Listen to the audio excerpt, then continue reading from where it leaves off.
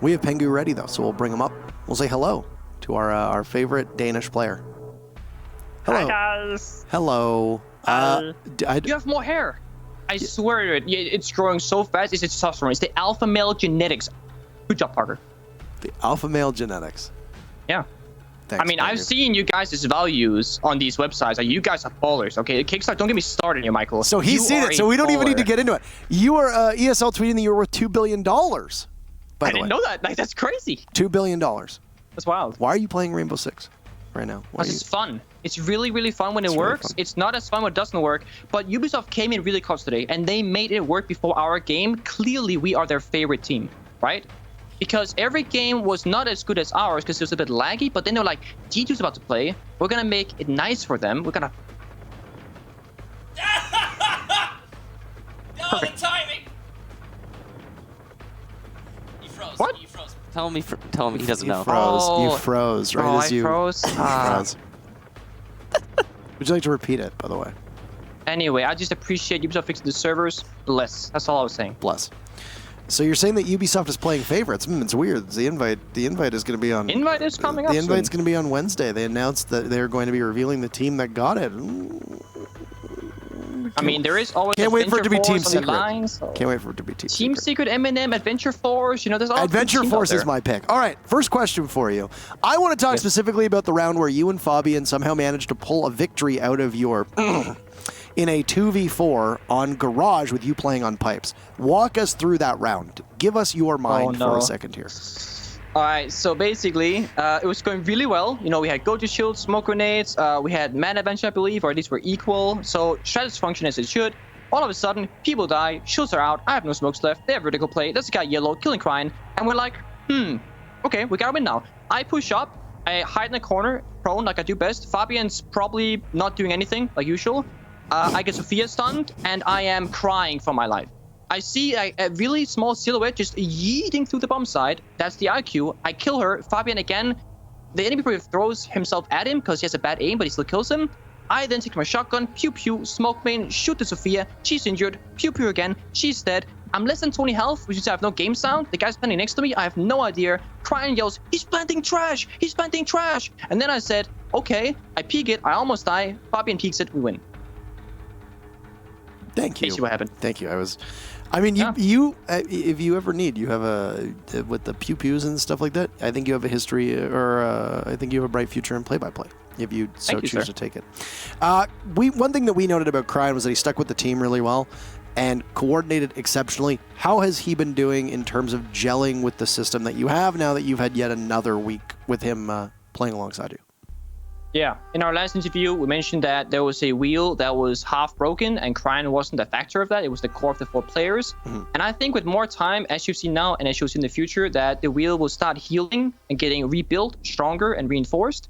And I think it's showing better and better pretty much every day, pretty much, that we're getting there. And with time, and with blood, sweat, and tears, and hopefully no more losses, we can get there. What kind of wheels heal themselves? Like, do you know how wheels work? Well, so I play World of Warcraft a lot, and there's this whole like Rust Bowl Rebellion faction, and basically they're gnomes, but they're mecha gnomes, so they're made out of like robot parts, but they're humans, so it's like a hybrid thing. Also, this movie called Upgrade, it's a great movie, give it a watch. It's a low budget sci-fi horror thing, $5 million budget, insane graphics, it's really good. Watch it. Did you say $5 million budget? Yeah, That's it's how much actually I'm really worth. low budget. That's how much I'm worth. Are you calling me low budget? You could have made You could have made a movie and it could have been low budget, but because you did make a movie, you're just high budget. That's how it is. Thank you. I appreciate that. Preparing for forZe, the last time you faced them was in Raleigh in August. Yes. How have they changed, and did you need to do any additional prep versus a normal Pro League team? How did you approach the actual matchup itself? Well, now there's a lot more eyes on them, more bots to study, more playstyle. Like, we know more about their playstyle. They're no longer these crazy no-names who are just incredible. Now they have names, right? We know who Pasha is now. We know how he plays the game. We know how to... We actually have an idea of how to deal with it now, at least, whereas before we didn't. And I think that was their biggest weakness before, the wild card, the underdog story. And I think they're still extremely strong. I said the same thing about BDS, and we saw them today just on full fire. So a lot of teams right now might be looking slightly weaker than they actually appear, and some teams might appear a little bit stronger than they maybe are. And I think this season is going to be very interesting because of that. It's very shaky. We beat BDS, then Vitality beat us, but then BDS slapped Vitality. So, we beat, they beat, who beat, and then who's the winner? We don't know. I like this weird circle where it's like you beat them and then they lose to.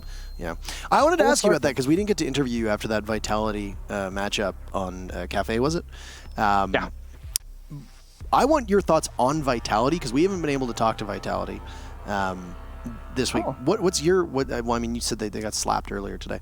What's your take on Vitality? Your former cohort is on the team in Goga. What's your read on this team? My first read, just watching the lineup on a name basis and knowing the players to the degree that I do, I'm thinking it's going to be tough. It's going to be really hard to get up and going because they have not as vocal players as you would like in a team, perhaps, and they also don't have as strong of voices in the team. Beeble was the IGL, I believe, back when they were French, but now they're going international. How does that change the dynamics? Hungry is more of a support player. Goga is most of a support player. So will Sticky take over in the injury department with the shot calling of injuring? Nobody knows. As far as I know, no one except for Beeble is a highly vocal IGL. I could be wrong. I was extremely happy to see them do as well as they did because I honestly thought it was going to be really difficult for them to actually pull to that level. And we've been scrimming them. They've been doing great. That's all I'm saying. We beat them, of course, 7-0, but they were doing great. They almost won. And I'm really happy to see Goga succeed. I'm not as happy with him beating me as I would have been with me beating him, but I am happy that he had great performances across the games that he's had so far. Good. I just wanted to know if we aligned on that one, but because I like your insights. It's always fun to chat. And I'm gonna be honest with you, we didn't have a lot of opportunity to chat last season, so it's good. It's good to have you here. But anything to say at the end of the interview? Thank you to everyone, and remember to buy Parker's movie. It's a low-budget movie, but it will be great despite that. And of course, thank you for watching Pro League. This is Michael. This is Pengu, Michael, and Taro, and we're out.